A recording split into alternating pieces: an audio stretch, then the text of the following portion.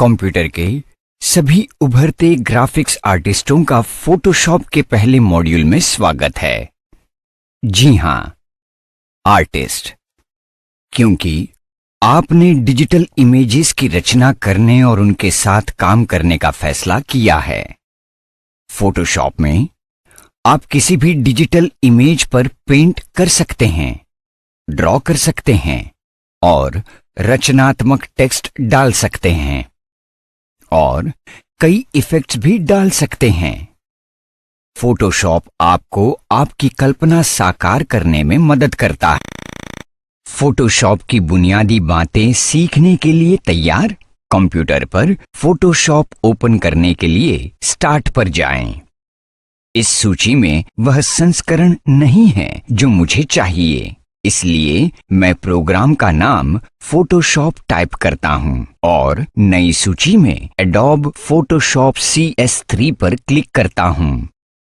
Photoshop interface खुल गया है। ये ग्रे रंग का एक बड़ा सा एरिया है जिसके सबसे ऊपरी हिस्से में मेनू बार है। बाईं ओर टूल्स पैनल है और दाईं ओर अन्य कई पैलेट्स या डायलॉग बॉक्सेस हैं। बाईं ओर के टूल्स पैलेट में फोटोशॉप के सभी टूल्स हैं। इनमें से कुछ आइकन्स के नीचे उनसे संबंधित अन्य भी टूल्स छिपे होते हैं। हम इन सभी टूल्स के बारे में जरूर सीखेंगे, लेकिन बाद वाले मॉड्यूल में। सबसे ऊपर ये फोटोशॉप का मेन मेनू बार है। ये सब अक्सर इस्तेमाल किए जाएंगे। फाइल ऑप्शन से आप फाइल्स को ओपन, क्लोज, सेव और प्रिंट कर सकते हैं। एडिट ऑप्शन आपको इमेजेस को कट, कॉपी और पेस्ट करने देता है, जबकि इमेज ऑप्शन के कमांड्स इमेज के साइज पर और इमेज से संबंधित इसी तरह के काम करने देता है। इंटरफेस के दाईं ओर ये अन्य पैनल्स दिख रहे हैं। ये कलर्स पैनल है। ये दिखाता है कि कौन सा कलर मोड इस्तेमाल किया जा रहा है। यहाँ पर हम RGB मोड इस्तेमाल कर रहे हैं। इसको थोड़ा समझाने की जरूरत है। डिजिटल इमेजेस को विभिन्न मोड्स में क्रिएट किया जा सकता है। उनका मोड इस बात पर निर्भर करता है कि वे अंततः किस माध्यम पर देखी जाएंगी। यहाँ पर RGB मोड है, जिसमें R का मतलब है रेड, G का ग्रीन और B का ब्लू। इस मोड को तब इस्तेमाल किया जाता है जब इमेज को टीवी या कंप्यूटर मॉनिटर जैसे डिजिटल माध्यम पर देखा जाना हो। इसलिए यदि मुझे इन माध्यमों के लिए इमेज क्रिएट करना हो तो मुझे RGB कलर मोड का इस्तेमाल करना होगा। लेकिन यदि इमेज को प्रिंट करने के लिए क्रिएट किया जा रहा हो तो CMYK मोड का इस्तेमाल किया जाता है, जिसमें C का मतलब है सियान, M का मैजेंटा, Y का पीला और K का ब्लैक। यदि आपको इमेज ब्लैक एंड व्हाइट की शेड्स में चाहिए तो ग्रे स्केल मोड चुना जाता है। लैब मोड मानवीय आंख द्वारा देखा जाने वाला हरा रंग दिखता है। इन रंगों पर माध्यम का कोई फर्क नहीं पड़ता है। ये उपकरण स्वतंत्र है और कलर्स मॉनिटरों, प्रिंटरों और स्कैनरों पर एक समान ही रहते हैं। अब हम फिर से RGB मोड पर आते हैं। हमारे RGB मोड में अपनी पसंद का कलर क्रिएट करना बहुत आसान है। उसके लिए सिर्फ स्लाइडर मूव करना पड़ता है। क्या आपने रंगों की रेंज देखी? ये हर उस कलर को क्रिएट कर सकता है जिसकी आप कल्पना कर सकते हैं। क्रिएट किया गया कलर इस ऊपरी वर्ग में दिखता है। फोटोशॉप में दो शब्द फोरग्राउंड और बैकग्राउंड बार बार इस्तेमाल होते हैं। जो भी ड्रॉ किया जाता है वह फोरग्राउंड कलर ले लेगा और इरेज किया गया हिस्सा बैकग्राउंड कलर ले लेगा। जैसा कि आप देख सकते हैं, ये ऊपरी वर्ग फोरग्राउंड कलर बताता है। इसलिए यदि हम मौजूदा ऑप्शंस के साथ ड्रॉ करते हैं तो शेप की आउटलाइन हरी होगी। दूसरा वर्ग बताता है कि ये बैकग्राउंड कलर है, लेकिन बैकग्राउंड कलर सेट करने के लिए उसे आपको आगे लाना होगा। उसके लिए टूल बॉक्स पर जाएं। यहाँ भी फोरग्राउंड हरा है और बैकग्राउंड सफेद है। अब इस ऑप्शन पर क्लिक करने से ये ऑप्शन दोनों कलर्स की अदला बदली कर देगा। सफेद फोरग्राउंड बन जाएगा और हरा बैकग्राउंड बन जाएगा। यदि आपको आउटलाइन ब्लैक या व्हाइट में चाहिए तो इन छोटे वर्गों को चुनें। अब आप जो शेप ड्रॉ करेंगे उसकी आउटलाइन काली या सफेद होगी। अब यदि हम वापस कलर पैनल पर जाते हैं तो अब फोरग्राउंड बैकग्राउंड वर्ग ब्लैक और व्हाइट होंगे। आइए इस पैलेट की अगली टैब स्वॉचेस दबाएं। ये प्रीसेट कलर्स की रेंज दिखाएगा, लेकिन यदि इतने रंग पर्याप्त नहीं हैं तो नया कलर क्रिएट करें और इसे नए स्वॉच की तरह सेव करें। ये टैब दिलचस्प ऑप्शंस ओपन करता है। लेयर के लिए प्रीसेट स्टाइल्स, इनको लेयर पर सीधे इस्तेमाल किया जा सकता है। लेकिन लेयर क्या है, इसको थोड़ा समझना पड़ेगा। तने और पत्तियों वाले एक फूल की पेंटिंग की कल्पना करें। मान लीजिए कि वह फूल हिस्सों में बना हुआ है। फूल की पंखुड़ियां, तना और पत्तियां 3 पारदर्शक शीट्स जैसे कि कांच पर पेंट की गई है। यदि उन्हें एक के ऊपर एक रखा जाए तो एक फूल दिखता है। इसलिए जब हम फूल पर काम करते हैं तो तने पर कोई असर नहीं होता, क्योंकि वो अलग शीट पर है। फोटोशॉप में लेयर्स इन पारदर्शक शीट्स जैसी है और ये फोटोशॉप का सबसे महत्वपूर्ण भाग है। आइए अब हम एक इमेज ओपन करते हैं और देखते हैं कि लेयर्स किस तरह काम करती है।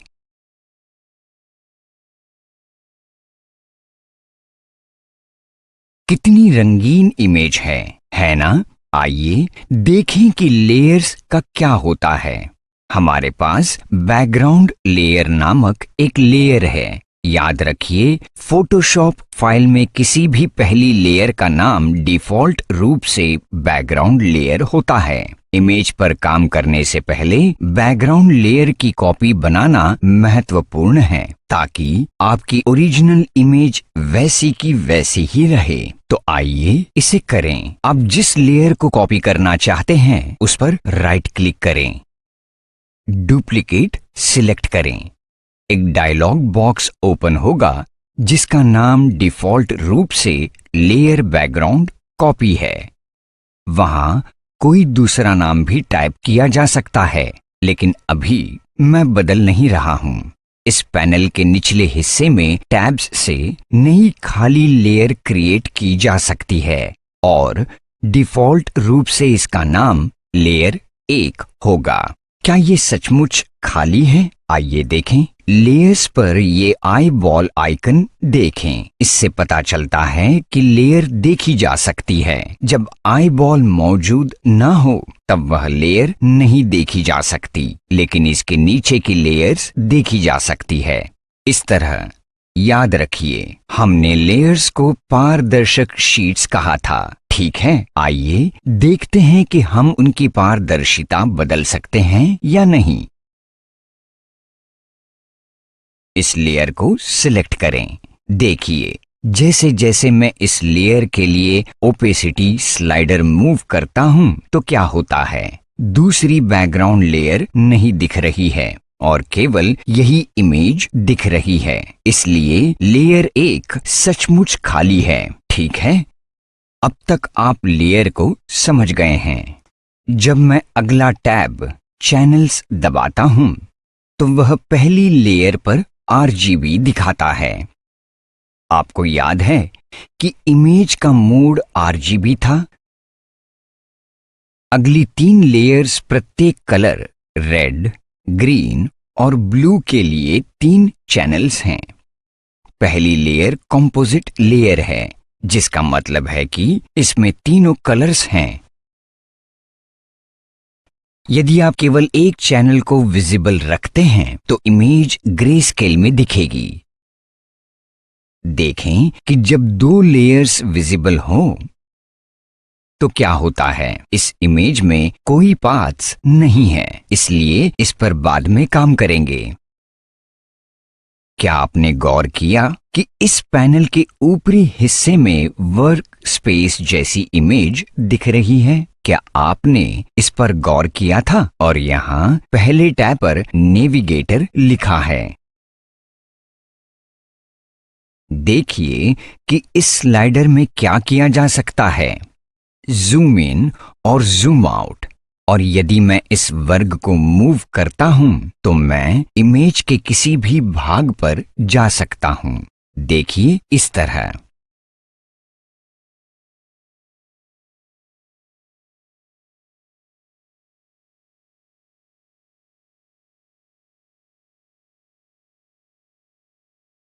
अगला टैब इन्फो है और ये फाइल की विस्तृत जानकारी देता है।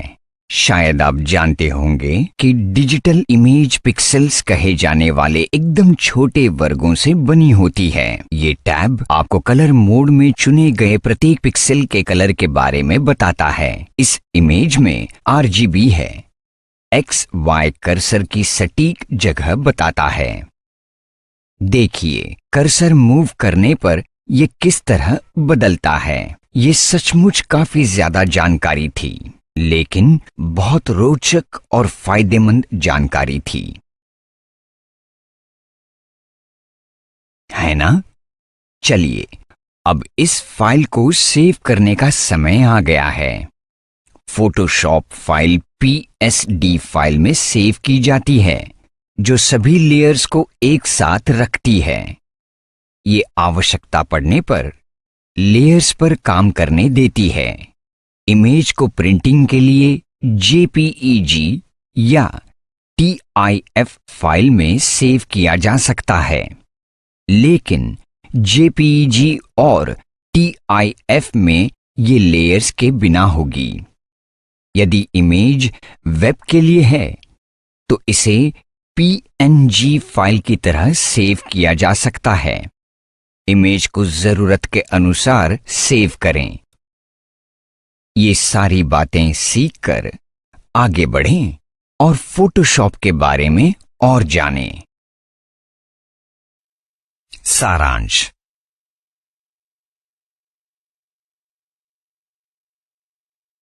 आइए हम यह संक्षेप में दोहराएं कि आज हमने क्या सीखा। 1. फोटोशॉप ओपन करना। स्टार्ट, उसके बाद एडोब फोटोशॉप CS3। 2. मेनू बार पर विभिन्न ऑप्शंस। 3. टूल बार के टूल्स। 4. कलर पैलेट, फोरग्राउंड और बैकग्राउंड कलर बदलना। 5. कलर मोड्स, RGB और CMYK। 6. लेयर्स, ये पृथक पारदर्शक शीट्स होती हैं। 7.